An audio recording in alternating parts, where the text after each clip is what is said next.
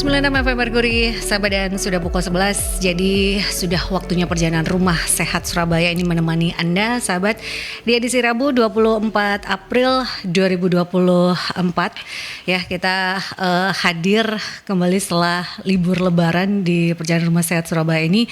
Dan selama kurang lebih 1 jam, sahabat, kita akan membahas tema di edisi kali ini adalah anemia aplastik. Ini yang masyarakat tentunya banyak membicarakannya karena berhubungan dengan seorang public figure yang meninggal dunia akibat anemia aplastik, dan juga beberapa hari lalu ini sempat heboh di media sosial, ada di Instagram, ada di X gitu ya, sahabat, terkait dengan efek samping dari obat tersebut, obat bebas tersebut yang bisa menyebabkan anemia aplastik ini menjadi heboh. Dan sudah hadir di studio yang akan memberikan kita edukasi dan informasi seputar hal tersebut ada Dr. Muhammad Nur Diansyah. Beliau merupakan spesialis penyakit dalam, konsultan hematologi onkologi medik yang akan memberikan kita banyak informasi berkaitan dengan hal tersebut. Dan Anda bisa juga bergabung, bertanya bersama dengan narasumber di line telepon 5620096 atau di WhatsApp call dan juga WhatsApp Messenger di 08173096, sahabat. Anda juga bisa stay tune baik itu melalui aplikasi On Airs ataupun juga di websitenya Mercury di www.mercuryfm.id. Apa kabar Dr. Muhammad Nur Diansyah? Ketemu lagi ya, Dok? Ya, kabar baik Mbak Yanti. Alhamdulillah sehat-sehat. Alhamdulillah, setelah sekian lama kita memerlukan ilmu beliau ini supaya masyarakat tidak heboh lagi dan supaya paham, Dok, berkaitan dengan anemia aplastik ini. Nah, supaya lebih paham lagi, kita menyamakan persepsi terlebih dahulu masyarakat supaya lebih paham anemia aplastik itu sebenarnya apa sih, Dok? Ya, terima kasih Mbak Yanti. Senang ya bisa berjumpa kembali di program Rumah Sehat Surabaya ini di Radio Mercury FM.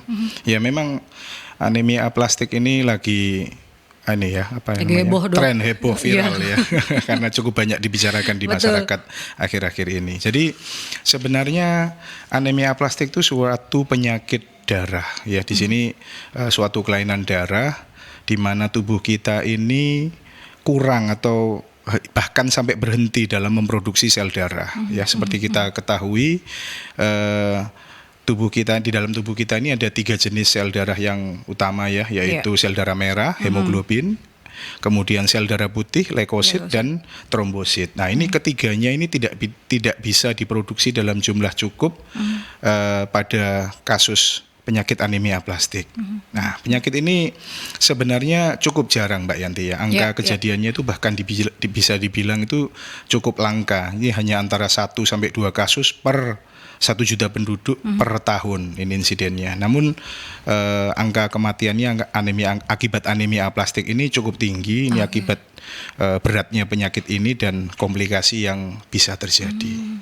Karena fatality-nya tinggi, jadi ini bisa dikatakan kasus yang harus diwaspadai gitu ya, betul, Dok ya, berkaitan dengan anemia aplastik. Nah, mungkin masyarakat juga bertanya, anemia aplastik ini apa bedanya dengan anemia biasa? Kan sama-sama anemia terus tapi anemia aplastik ini sesuatu hal yang fatality-nya cukup tinggi, dan apa perbedaannya, Dok? Iya. Jadi perbedaan anemia aplastik dengan anemia biasa ya, itu terletak pada kelainannya ya. Pada anemia aplastik itu tiga-tiganya sel darah itu turun semua produksinya.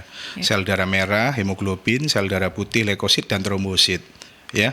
Sedangkan pada anemia biasa itu ya HB-nya saja yang turun dengan berbagai macam penyebab ya. Seperti yang banyak itu ya anemia kurang zat besi karena malnutrisi, kemudian perdarahan. Nah, itu kalau anemia biasa kita tinggal cari kausanya, cari penyebabnya, kita terapi, ya bisa selesai masalahnya. Tapi kalau anemia aplastik itu karena kelainannya di sumsum tulang yang memproduksi pabriknya darah lah istilahnya ya dalam tubuh kita, itu agak sulit dan panjang nanti penanganannya.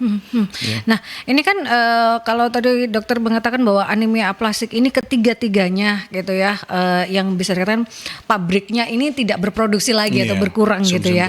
Nah, penyebab utama dari anemia aplastik, kalau tadi anemia biasa dokter Dodi juga mengatakan bahwa ada diakibatkan karena pendarahan. Nah, kalau untuk anemia aplastik ini apa yang menjadi penyebab utamanya, Dok, sehingga pabriknya ini tidak bisa memproduksi ketiga sel darah tersebut, Dok? Iya, jadi anemia aplastik ini terjadi karena kegagalan dari pabriknya darah nih ya, sumsum tulang nih ya. Jadi di tulang kita itu di bagian tengahnya itu merupakan suatu pusat untuk produksi sel darah ya. Itu gagal untuk memproduksi semua komponen sel darah itu ya. Jadi Hb-nya turun, sel darah putihnya turun, leukosit ya, trombositnya juga turun ya. Itu sumsum tulangnya mengalami suatu kondisi yang disebut hiposeluler atau aplastik ya, di mana jumlah selnya sudah sangat menurun. Jadi tidak bisa memproduksi dengan jumlah cukup, atau istilah awamnya itu sumsum tulangnya itu kering atau kosong. Ya, itu penyebab utama. Nah, ini tergantung nanti bisa reversible apa enggak ya, tergantung derajat keparahannya atau beratnya kerusakannya di sumsum tulang tersebut. Ya. Berarti ini memang ada derajat-derajatnya ya, Dok? Jadi kalau terkena anemia aplastik nggak langsung drop tapi ada derajatnya. Itu yang menyebab di indikasi seperti apa yang derajatnya rendah? Apakah dari jumlah dari ketiga sel ini tadi, atau seperti apa untuk derajat-derajat dari anemia aplastik ini, Dok? Ya, bisa dilihat dari jumlah 3 sel tadi ya, Hb-nya, hemoglobinnya, sel darah merah ya, leukosit, trombosit itu kan ada jumlah normalnya. Kita bisa lihat dari darah tepi dari pemeriksaan laboratorium sederhana, atau bisa dilihat langsung dari pabriknya tadi, sumsum tulangnya. Kita lakukan suatu pemeriksaan sumsum tulang, yaitu aspirasi sumsum tulang, bisa kita nilai, bisa kita hitung jumlah derajat keparahannya ya. Jadi aplastiknya itu seberat apa. Ada yang berat, hiposeluler berat, jumlahnya sudah di bawah 25% ya, ada yang masih 50%, ada yang 75% ringan mungkin, itu Mbak. Dan untuk faktor resikonya seperti apa, Dok? Apakah ini karena obat seperti yang ada ya di masyarakat, atau karena memang gaya hidup, atau memang ini genetik? Untuk faktor resikonya apa saja dari anemia? Jadi betul Mbak Yanti ya, jadi faktor resiko terjadinya anemia aplastik ini banyak ya, multifaktorial kalau kita bilang istilahnya. Jadi banyak dihubungkan dengan, terutama dikaitkan dengan paparan bahan kimia dan penggunaan obat-obatan. Nah, ini yang paling banyak ya. Kemudian bahan-bahan toksik yang dapat merusak sumsum tulang seperti radiasi sinar ya gitu ya. Kemudian kemoterapi dan bahan-bahan herbal. Kemudian beberapa infeksi virus itu juga dikaitkan dengan timbulnya anemia aplastik. Lalu beberapa kondisi yang mempengaruhi imunitas kita seperti penyakit autoimun, lalu kehamilan, itu juga bisa memicu timbulnya anemia aplastik. Jadi beberapa resiko itu yang memang harus diketahui oleh masyarakat gitu ya, Dok. Terutama memang ada beberapa hal yang harus menjadi catatan gitu ya. Dan ini ada langsung pertanyaan yang masuk dari Pak Irwan. Apakah penyakit ini bisa diturunkan, Dok? Dan dalam artian genetik, atau siapa saja yang bisa terkena anemia aplastik? Jika orang tuanya pernah terkena atau terkena anemia aplastik, apakah ini akan diturunkan kepada anaknya? Ya, baik, dari Pak pendengar Irwan, ini ya, Pak Irwan ya. Terima kasih Pak Irwan. Jadi anemia aplastik ini memang ada faktor genetiknya. Jadi memang ada yang bisa diturunkan, tapi sebagian besar memang dipicu dari tadi faktor-faktor risiko tadi. Jadi tidak selalu kalau bapaknya atau ibunya ya menderita anemia aplastik, anaknya pasti akan memicu terkena anemia aplastik ya, tergantung tadi pemicu faktor resikonya itu yang lebih besar ya. Tadi saya lupa sebutkan juga bahwa faktor usia tadi juga penting ya. Jadi salah satu faktor resiko tadi anemia aplastik itu sering pada usia dewasa muda. Dewasa sampai sampai tua 60. Jadi ya sesuai dengan usia ya. Jadi makin tua usia itu kemampuan dari tubuh kita, sumsum tulang kita ya, itu untuk memproduksi akan menurun. Itu salah satu faktor resiko juga. Ya. Ternyata ada faktor resiko ya, faktor usia ya di faktor resiko dari anemia aplastik ini, sehingga untuk yang masyarakat ini harus juga mengetahui beberapa faktor resiko berkaitan dengan anemia aplastik ini. Kita ke jeda iklan terlebih dahulu ya, sahabat, dan Anda bisa bergabung bertanya bersama dengan Dr. Muhammad Nurdiansyah, spesialis penyakit dalam, konsultan hematologi onkologi medik, dan kita di Perjalanan Rumah Sehat Surabaya ini di edisi Rabu kali ini kita membahas berkaitan dengan anemia aplastik. Jadi tetap stay tune di 96 FM Mercury, sahabat. 96 FM Merkuri, sahabat menarik ya. Kita berbincang bersama dengan Dr. Muhammad Nurdiansyah, spesialis penyakit dalam konsultan hematologi onkologi medik. Karena ini membuka mata kita berkaitan dengan awareness. Jadi penggunaan obat ini memang harus sesuai dengan indikasi, kemudian harus juga sesuai dengan pengawasan dokter. Kalau memang sakit lebih dari 3 hari ya langsung ke fasilitas kesehatan untuk bisa mendapatkan perawatan yang lebih tepat lagi gitu ya dok ya. Jangan sampai penggunaan obat-obat yang tidak seharusnya ini bisa berimbas kemana-mana, terutama jangan sampai terkena anemia aplastik ini ya. Kita bicara tentang anemia aplastik, sahabat, Anda bisa bergabung bertanya bersama dengan narasumber di line telepon 5620096 atau di WhatsApp call dan juga WhatsApp Messenger di 08173096. Dok, berkaitan dengan gejala dari anemia aplastik, apakah ada gejala yang khas gitu ya, supaya masyarakat jangan-jangan ya. Seperti apa dok gejala dari anemia aplastik ini? Ya, baik Mbak Yanti, jadi gejala klinisnya dari anemia aplastik ini umumnya terkait dengan turunnya 3 komponen darah tadi ya. Jadi gejala anemia karena turunnya hemoglobin tadi seperti lemah, orangnya lemah, letih, lesu, pucat, mudah lelah ya.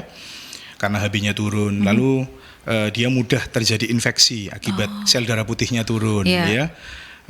Ini yang berat dan berbahaya. Kalau orang daya tahan tubuhnya turun, mudah infeksi, ya ini bisa mengantarkan banyak penyakit masuk ya, infeksi ya. Ini yang berbahaya. Kemudian pada pasien anemia aplastik itu terkait dengan trombositnya yang juga turun ya, trombositopeni. Jadi itu sering mudah muncul perdarahan seperti perdarahan pada gusi, kemudian mimisan, lebam-lebam di kulit ya.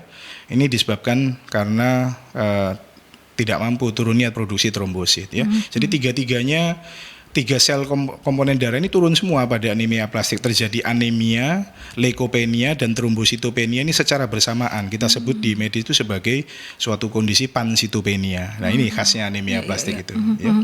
Jadi kalau sudah merasakan 2 di antaranya, nah ini sudah harus sering mimisan atau gusi berdarah, kemudian lemah letih lesu. Nah, ini sudah harus memang memeriksakan ya dok. Jangan sampai tunggu lama gitu ya. Itu beberapa gejala yang khas dari anemia aplastik ini. Berkaitan dengan gejala ataupun juga faktor resiko untuk deteksi dini ini dari anemia aplastik, ini bisa dilakukan nggak sih dok? Untuk indikasinya apakah saat kita ke fasilitas kesehatan saya mau deteksi dini atau seperti apa saat kita ingin melakukan deteksi dini berkaitan dengan anemia aplastik ini dok? Ya, jadi untuk mendiagnosis anemia aplastik ini ya Mbak Yanti ya, awalnya memang berangkatnya pasien sering kondisi anemia ya, lemah, letih, lesu, pucat. Nah itu paling mudah konsultasi ke dokter, sampaikan ada keluhan anemia ya, lemah, letih, lesu, pucat, mudah lelah seperti itu. Nanti akan diperiksakan pemeriksaan darah tepi. Itu yang kita ambil darah itu biasa diperiksakan di laboratorium. Di laboratorium akan keluar jumlah sel darah merahnya, hemoglobinnya turun biasanya. Kemudian leukositnya juga turun, trombositnya turun. Nah, kalau 3-3-nya turun semua, ini suatu kondisi pansitopenia ini, ya kita wajib curiga apa bukan suatu anemia aplastik. Nah, kemudian kalau kita lanjutkan untuk pemeriksaan diagnosis diagnosis pastinya untuk anemia aplastik, kita harus lanjutkan dengan pemeriksaan sumsum tulang. Ini pabriknya harus kita cek ya. Pabriknya dicek, dilakukan pemeriksaan sumsum tulang, diaspirasi ya di bagian tengah tulang itu, nanti di bagian di bagian pantat nih bawah ini ada, kita ambil aspirasi sumsum tulang sedikit, tidak lama, itu cuma 15 menit ya. Kemudian selnya nanti kita bisa hitung, kita bisa lihat di mikroskop untuk memastikan apakah sumsum tulang ini terjadi gagal produksi tadi ya, gagal produksi dari ketiga komponen sel darah tersebut. Nah, itu Mbak. Apakah kering atau enggak di pabriknya habis gitu pabriknya ya? Itu. Nah, itu diagnosis pastinya. Kalau sudah dari analisa sumsum tulang tadi diperiksa, jumlah selnya sudah sangat menurun ya, diagnosisnya anemia aplastik berarti Mbak. Dok, kalau tadi kita balik lagi ke gejala, apakah gejala dari anemia aplastik ini hampir-hampir sama dengan penyakit lain atau seperti apa? Apakah hampir sama dengan seperti leukemia mungkin karena leukositnya atau seperti apa dok? Lain Mbak, kalau suatu keganasan darah ya, kanker darah itu justru jumlahnya meningkat leukemia itu. Sel darah putihnya dia yang terjadi keganasan. Leukemia di analisa sumsum tulangnya itu dia leukositnya, sel leukositnya itu banyak sekali jumlahnya. Itu menjadi suatu keganasan kanker darah leukemia. Nah, kalau anemia aplastik ini justru habis semua, selnya nggak ada. Istilahnya kering tadi sumsum tulangnya. Kering, aplastik kosong gitu kosong, ya, plastik gitu gambaran ya. sumsum tulangnya kosong. Nah, kalau leukemia beda sekali gambaran sumsum Malah tulangnya. lebih tinggi ya, Dok? Banyak, justru isinya penuh, tapi penuh dengan sel kanker, sel leukemia. Nah, itu salah satu untuk mendeteksinya, mendiagnosisnya harus dengan pemeriksaan aspirasi sumsum tulang tadi. Ya, jadi memang seperti itu untuk lebih tegak diagnosisnya. Nah, ini yang juga harus saya konfirmasikan ya kepada Dr. Muhammad Nurdiansyah, yaitu apakah benar ada hubungannya penggunaan obat dengan munculnya anemia aplastik seperti info yang viral di X berkaitan dengan efek samping obat, Dok? Kita tanya ke ahlinya supaya lebih jelas gitu, Dok. Seperti apa, Dok? Jadi gini Mbak Yanti, jadi memang obat itu seperti pisau bermata dua ya. Di satu sisi kita ingin memberikan terapi efek dari obat itu, tapi di sisi lain obat itu memang punya efek samping. Ya, efek samping itu efek yang memang tidak diinginkan, yang tidak kita ingin muncul. Tapi tidak semua pasien mengkonsumsi obat itu akan muncul efek samping tersebut. Nah, seperti obat-obatan yang banyak viral ya di ini, obat-obat ini bisa memicu anemia aplastik. Ya memang efek samping dari beberapa obat itu bahan metabolit obat tersebut itu bisa menekan atau mensupresi sumsum tulang tadi sehingga memicu kegagalan produksi sel darah di sumsum tulang, jadi memicu terjadinya anemia aplastik. Ya, untuk itu makanya tidak bisa kita sembarangan mengkonsumsi obat itu ya, harus tepat indikasinya, harus tepat dosisnya dan tepat pengawasan efek sampingnya dan dengan pengawasan dokter. Nah, itu sebaiknya seperti itu karena kita nggak ngerti kandungan obat ini efek sampingnya bagaimana. Apalagi sekarang yang banyak itu obat-obatan bahan-bahan herbal itu. Ya.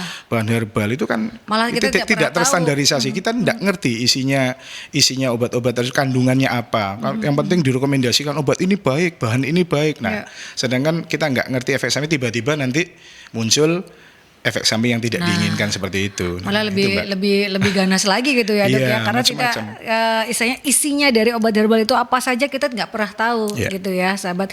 Dan tidak selalu itu kalau kita penggunaan obat itu akan muncul setiap orang karena bergantung dari kondisi masing-masing itu juga ya, Dok. Efek samping itu ya. Nah, itu berkaitan dengan efek samping ya, sahabat, sehingga penggunaan obat ini yang harus lebih berhati-hati.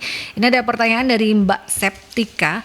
Apakah fatality dari anemia aplastik ini cukup tinggi, Dok? Dan apakah anemia aplastik ini bisa disembuhkan? Ya, terima kasih tadi pertanyaan dari Mbak Septika. Mbak Septika ya, pendengar Mercury FM. Jadi memang pengobatan anemia aplastik nih ya, saya lanjutkan ya untuk pengobatannya. Pengobatan anemia aplastik ini kalau sudah jatuh pada kondisi tadi hiposelular atau aplastik, sumsum tulangnya kering tadi, itu cukup sulit karena reversibilitasnya untuk kembali ke kondisi normal itu ya bergantung ya. Memang meskipun pemicunya atau faktor resikonya sudah kita hentikan, kita ini kalau kondisi sumsum tulangnya sudah rusak, sudah tidak bisa kembali ya, kondisi pansitopenia tadi, anemia, trombositopenia dan leukopenia itu akan berlangsung lama. Nah, itu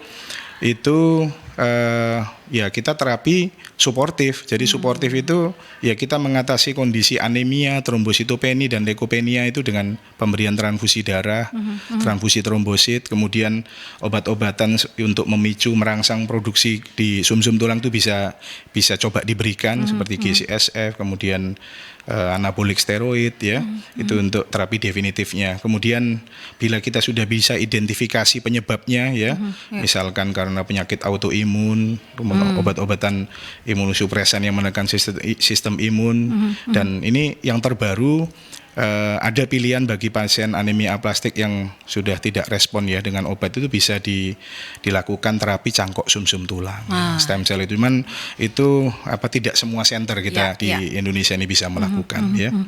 Selain juga misalnya biaya yang cukup mahal, Ya, betul, waktu biaya. juga ya dok ya, karena kan ini butuh persiapan untuk melakukan cangkok sumsum tulang ini kan juga detail sekali gitu ya. Kita Ya. bicara tentang sumsum tulang gitu ya sahabat. Jadi ini yang juga harus jadi perhatian. Memang itu yang terbaru ya dok, Ya. berkaitan dengan tata laksana dan pengobatan dari anemia aplastik ini. Seperti itu Mbak Septika. Jadi lebih baik jangan sampai terkena Mencegah lah, anemia. iya. Nah, jangan sampai terkena gitu ya. Dok, ini ada pertanyaan dari Bu Risma, bukan Ibu Wali Kota dan bukan Mensos ya. Bu Risma, terima kasih sudah bergabung. Nah, dok, kalau ada kasus seseorang sudah terkena anemia, sudah berupaya dengan makan daging, kemudian sayuran, tapi tetap lelah, letih, lesu, lemah, dan kulit pucat serta sering pusing. Apakah ini merupakan gejala-gejala dari anemia aplastik? Nah, itu tadi ya. Jadi ini keluhannya hanya anemia saja. Ya, makanya lebih baik konsultasikan ke dokter spesialis ya penyakit dalam ya, yang kita bisa analisa apa penyebab anemia, karena anemia itu umum memang banyak dan tidak selalu anemia itu penyebabnya karena kekurangan zat besi gitu ya. Yang sering di masyarakat pokoknya anemia ya obatnya ditambah zat besi, karena belum tentu itu penyebabnya kan. Bisa juga tadi kalau diikuti dengan leukositnya turun, sel darah putih ya, trombositnya juga turun, tiga-tiganya turun, bisa jadi itu suatu anemia aplastik. Ya, makanya harus dievaluasi dan ditegakkan diagnosisnya lebih lanjut dengan konsultasi ke dokter spesialis ya, penyakit dalam terutama. Dok, berarti anemia kalau orang sudah terkena anemia aplastik, kemudian tadi tata laksana juga pengobatannya ini hanya akan bisa memperpanjang usia saja, tapi tidak bisa disembuhkan ya dok? Ya, kalau memang sumsum tulangnya sudah rusak permanen tadi ya, sudah tidak bisa memproduksi sama sekali ya, kita terapinya hanya substitusi, kita tambahkan sel darah merah, ditransfusi, tambah trombosit, kemudian untuk leukositnya kita coba rangsang dengan obat-obatan yang bisa memicu produksi leukositnya, sel darah putih biar nggak infeksi dia. Nah, itu ya bisa kronis, bisa pasiennya bisa lama lah, tahunan. Tergantung nanti komplikasi yang muncul, Mbak Yanti. Jadi kalau terjadi anemia, kemudian kalau anemia aja sih kita bisa transfusi ya. Perdarahan, nah perdarahan kalau perdarahannya cuman lebam-lebam kulit, mimisan, gusinya berdarah nggak terlalu masalah, kita bisa tangani ya. Tapi kalau perdarahannya di otak, perdarahan saluran cerna itu yang bahaya. Kemudian yang sering juga itu infeksi yang sering muncul karena daya sel imunnya, leukositnya, sel darah putihnya kan turun, itu pasti akan mudah muncul infeksi, dan ini yang fatal. Kalau mudah muncul infeksi, semua infeksi bisa muncul, infeksi paru-paru, infeksi saluran kencing, infeksi kulit. Nah, itu yang bisa sering sering menyebabkan kematian pada pasien-pasien anemia aplastik. Maka dari itu kenapa ini juga bisa dikatakan penyebabnya juga ada autoimun ya dok ya, karena berkaitan dengan istilahnya tadi bisa ke kulit, bisa kemana sih, itu berkaitan dengan autoimun juga atau? Autoimun itu pemicunya, Mbak Yanti. Jadi pemicu dari anemia aplastik. Jadi kehamilan itu juga bisa memicu. Jadi selnya turun semua tadi itu. Tapi begitu mungkin kalau penyebab autoimunnya atau kehamilannya selesai, dia mungkin bisa reversible dia. Nah, tapi yang anemia aplastik yang berat, yang sumsum tulangnya tadi dikatakan sampai kering habis, itu tidak ada selnya sama sekali. Ini yang permanen, ini yang kita pengobatannya sulit. Jadi panjang dan resiko komplikasinya besar tadi, resiko infeksi, resiko perdarahan itu. Jadi seperti itu ya sahabat. Jadi kalau bicara tentang anemia aplastik, karena kan memang ada derajat-derajatnya tadi ya. Jadi ada karena penyebab lainnya atau faktor resiko yang berkaitan dengan dari anemia aplastik ini. Dok, kalau kita bicara kembali lagi ke penggunaan obat gitu ya, berapa lama anemia aplastik ini bisa muncul jika penggunaan obat yang tidak terkendali oleh masyarakat umum ini, supaya masyarakat tahu saya sudah menggunakan obat ini dari berpuluh-puluh tahun aman, tapi saya menggunakan obat ini kok sudah ada kayak pusing gitu, seperti apa untuk penggunaan obat dok sehingga muncul beberapa indikasi dari anemia aplastik ini? Ya, jadi begini Mbak Yan, jadi ya itu kita tidak bisa pastikan ini paparan obat atau paparan bahan kimia tadi, radiasi apa itu terjadi berapa lama sampai bisa muncul anemia aplastik. Yang penting ya sebaiknya ya kita hindari paparan yang berlebihan atau yang kalau tidak perlu obat-obatan itulah. Cuman yang kita waspada tadi gejala klinisnya saja. Kalau misalkan sudah muncul HB-nya turun, leukositnya turun, sel darah putihnya turun, trombositnya tiga-tiganya turun. Nah, ini kita curiga suatu anemia aplastik. Nah, itu ya harus segera didiagnostik dan diobati, gitu Mbak. Segera terus ada intervensi gitu ya, dokter. Betul, Dan intervensi medis ya. Berkaitan dengan komplikasi tadi, dokter sudah mengatakan beberapa komplikasi yang bisa menyertai dari anemia aplastik ini. Yang terparah dari komplikasi akibat anemia aplastik ini sehingga fatality-nya cukup tinggi, itu apa saja, Dok? Ya, tadi yang seperti saya sebutkan bahwa komplikasi itu dari anemia terkait dengan ya 3 komponen sel darah tadi yang turun, HB-nya turun, ya komplikasi anemia, lemah, letih, lesu, HB-nya bisa sampai 4, pasiennya kan tidak bisa beraktivitas normal, kita sesak pasiennya. Kemudian karena trombositnya turun, trombosit kan fungsinya untuk menghentikan perdarahan, jadi mudah bleeding. Pasiennya sering mimisen, gusinya berdarah, kemudian lebam-lebam di kulit, dan yang fatal bisa perdarahan di otak atau perdarahan saluran cerna, itu yang fatal. Lalu karena leukosit yang turun, sel darah putih turun, itu mudah sekali terjadi infeksi yang berat, karena tubuh kita tidak mampu melawan, sel imunnya, sel darah putihnya nggak ada sudah, karena anemia aplastik ini. Nah, itu infeksi sedikit aja ya bisa fatal akibatnya, ya, bisa menimbulkan kematian, komplikasi kematian hingga kematian, ya, gitu fatalitasnya. Ya, Dok, anemia aplastik ini kan baru naik daun gitu ya. Orang banyak tahu itu kan akhir-akhir ini. Kalau bicara tentang anemia aplastik dari dulu hingga sekarang, kondisi di Indonesia itu seperti apa sih, Dok? Apakah memang akhir-akhir ini dikarenakan orang sebegitunya untuk mengkonsumsi obat yang seenaknya sehingga meningkatkan dari faktor resiko anemia aplastik, atau seperti apa kalau melihat kasus anemia aplastik ini di Indonesia, Dok? Jadi kasus anemia aplastik ini sebenarnya kasus yang cukup jarang ya, Mbak Yanti ya. Jadi kasusnya ya bisa dibilang ya nggak begitu banyak, langka lah ya. Ya, dari data epidemiologinya itu angka kejadiannya itu antara 1 sampai 2 kasus per 1 juta penduduk per tahun, kan nggak terlalu banyak. Ya, cuman angka kematiannya ini cukup tinggi, yaitu tadi akibat dari komplikasi dan penyakit penyertanya tadi yang bisa menyertai anemia aplastik tadi, itu perdarahan dan infeksi, ya. Itu Mbak. Jadi memang kasusnya memang tidak banyak tapi fatality-nya yang tinggi gitu ya, Dok ya. Itu yang menyebabkan kenapa akhir-akhir ini juga masyarakat lebih aware lagi karena media sosial begitu masifnya gitu ya berkaitan dengan anemia aplastik ini. Ini ada pertanyaan lagi dari Bu Tika, apakah anemia aplastik bisa diketahui secara dini melalui screening, dan apakah penyakit ini juga bisa mengenai anak-anak, Dok? Ya, baik. Tadi dari Bu Tika ya pertanyaan ya. Untuk screening ya tadi sudah saya sebutkan, memang kalau berkaitan dengan penyakit darah itu yang paling mudah ya pemeriksaan darah ya. Untuk screening ya paling tidak kita bisa ambil darah, periksakan di laboratorium, pemeriksaan darah tepi ya. Jadi kalau kita periksa ke laboratorium itu kadang-kadang kalau dengan tanpa pengantar dokter kita mau check up itu bisa aja toh, periksa darah lengkap itu ada komponen di situ, bisa dievaluasi hemoglobinnya, sel darah putihnya, leukosit, kemudian trombositnya. Dari situ kelihatan kalau loh kok turun semua, HB-nya turun, leukositnya turun, trombositnya turun di bawah normal ya. Nilai normal itu namanya pansitopenia, tiga-tiganya turun. Nah, ini wajib curiga, kita harus langsung ke konsultasi ke dokter, dilanjutkan untuk screening, untuk diagnostik untuk anemia aplastik tadi, pemeriksaan aspirasi sumsum tulang tadi, pemeriksaan pabriknya tadi diperiksa, Mbak. Itu paling mudah untuk kita lakukan screening.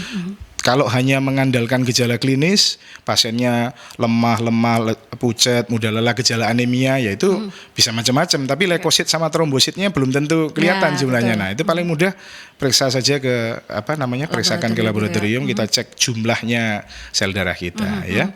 Kalau ketiganya turun, nah itu sudah mulai curiga gitu ya. Jangan-jangan gitu ya. Nah, langsung melakukan pemeriksaan lebih lanjut lagi, sahabat, jangan sampai benar-benar ketiga komponen tadi nol gitu ya, sahabat. Jangan sampai pabriknya kering gitu ya. Itu yang harus diketahui. Nah, ini kan tadi ada faktor resiko usia, Dok, dari anemia aplastik. Tadi ditanyakan oleh Bu Tika, apakah bisa mengenai anak-anak, Dok? Ya memang data epidemiologisnya anemia aplastik ini lebih sering muncul pada usia dewasa hingga tua. Ya, anak-anak jarang, tapi bisa juga tidak menutup kemungkinan ya.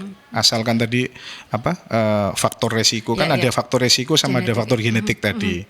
Cuman kalau masih anak-anak umur sekian kan paparannya nggak terlalu panjang itu. Makanya ya yang banyak sering pada usia dewasa dan hingga tua karena paparannya mungkin sudah berlangsung lama itu dari lingkungan kemudian betul. Faktor konsumsi obat macam-macam kimia tadi atau obat herbal dan itu kan sudah banyak terpapar gitu ya Dok ya, itu bahkan lebih beresiko tinggi berkaitan dengan kalau anak-anak kan jarang lah ya konsumsi begitu kecuali memang pabriknya dari sononya rusak gitu ya Dok. Iya, kalau itu memang bisa tapi dari data epidemiologisnya nggak terlalu banyak. Wong ini penyakit itu udah jarang kok, apalagi pada anak-anak ya. Antara 1 sampai 2 kasus per 1 juta penduduk per tahun ya. Itu kan memang jarang tapi fatality-nya tinggi. Kayaknya pabriknya kosong gitu tadi ya Dok ya. Karena pabriknya kosong ya jadi tidak bisa berproduksi, itulah yang menyebabkan anemia plastik dan itu bisa menyebabkan kemana-mana ya, ada pendarahan kemudian ada infeksi. Itu yang menyebabkan kenapa fatality-nya cukup tinggi dari anemia plastik ini sahabat. Kita ke jeda iklan terlebih dahulu ya sahabat, karena kita akan menanyakan pada Dr. Muhammad Nurdiansyah terkait dengan apa saja yang bisa dilakukan untuk pencegahan dari anemia aplastik. Tetap stay tune di 96 FM Mercury di perjalanan Rumah Sehat Surabaya, sahabat. 96 FM Mercury, sahabat, masih di perbincangan Rumah Sehat Surabaya bersama dengan Dr. Muhammad Nurdiansyah, spesialis penyakit dalam konsultan hematologi onkologi medik. Kita membahas berkaitan dengan anemia aplastik. Tapi saat jeda saya curhat berkaitan dengan bagaimana penggunaan obat gitu ya. Karena kadang kan masyarakat kita itu seringkali pakai obat ini saya cocok. Nah, karena temennya cocok jadi pakai ini, padahal setiap orang itu kan berbeda ya Dok ya. Pengobatan itu kan masing-masing gitu ya. Jadi diingatkan juga untuk masyarakat jangan menjadi dokter untuk dirinya sendiri, lebih baik. Nah, self medicine itu obatin sendiri itu jangan gitu ya, sahabat. Kecuali kalau cuman ya flu ringan gitu ya 1-2 hari gitu ya. Tapi kalau sudah 3 hari lebih, nah langsung saja ke fasilitas kesehatan, itu akan lebih tepat supaya penggunaan obat juga tidak sembarangan gitu ya Dok ya. Dok, terkait dengan anemia aplastik, pencegahan yang bisa dilakukan oleh sahabat-sahabat Mercury, oleh masyarakat supaya tidak terjadi hal-hal yang tidak diinginkan itu seperti apa Dok? Jadi Mbak Yanti ya, jadi yang paling utama untuk pencegahan anemia aplastik ya memang yang terutama penyakit itu mencegah ya daripada mengobati udah kadung sakit ya, biar nggak muncul itu ya tadi faktor-faktor risikonya Mbak ya, yang saya sebutkan tadi, paparan bahan kimia, radiasi, kemudian obat-obatan kemoterapi tadi, bahan-bahan herbal itu yang bisa memicu kerusakan di sumsum tulang di pabriknya darah itu tadi ya, itu harus dihindari. Atau kalau memang kan kita tadi sakit ya Mbak ini sebutkan ya, Mbak Yanti sebutkan itu harus tahu ya obat-obatan itu indikasinya, kemudian efek sampingnya, pengawasannya itu dokter yang lebih mengerti. Jadi kita tadi yang disebutkan self medicine tadi ya, konsumsi obat sembarangan, tidak ada pengawasan dan dikonsumsi dalam jangka waktu lama kronis. Nah, ini yang bahaya. Tidak hanya anemia plastik aja, macam-macam komplikasi yang bisa muncul kan, efek samping ke lambung, ke ginjal, macam-macam. Nah, itu bahayanya self medicine. Jadi sebaiknya penggunaan obat itu harus sesuai dengan indikasi dan dengan pengawasan yang ketat dari dokter. Jadi konsultasikan dengan dokter Anda keluhan-keluhan dan pengobatannya sehingga bisa meminimalisir efek samping dari obat yang tidak diinginkan, baik efek samping yang jangka pendek langsung atau yang jangka panjang seperti anemia aplastik ini. Gitu Mbak Yanti. Ya. Dok, yang orang tahu kan kadang kalau kita dalam penggunaan obat ya, kita merujuk pada penggunaan obat, taunya adalah kadang ke lambung yang beresiko, kemudian ke ginjal yang beresiko. Ternyata penggunaan obat ini juga beresiko untuk sumsum tulang. Iya, gitu anemia plastik ini. Jadi itu yang harus dipahami. Jadi jangan sembarangan karena penggunaan obat itu bisa kemana-mana gitu ya Dok ya. Efek samping atau jangka pendeknya itu sempat kita berkata tadi sama dokter adalah Stephen Johnson gitu ya Dok ya, atau Stephen Johnson syndrome itu alergi yang jangka pendek tadi cepat muncul gitu itu ya. ya. Itu yang jangka pendeknya yang cepat gitu ya. Tapi yang jangka panjang Alergi nih, obat ya. salah satunya bisa terjadi anemia aplastik Iya, ini gitu anemia ya, aplastik, sahabat. Dan penggunaan obat sekali lagi jangan sembarangan, harus sesuai dengan anjuran dokter, sahabat. Ini masyarakat adalah seperti obat-obat anti nyeri atau apapun gitu ya, Iya. dok ya. Ini yang juga harus dipahami, sahabat. Itu pencegahan yang bisa dilakukan.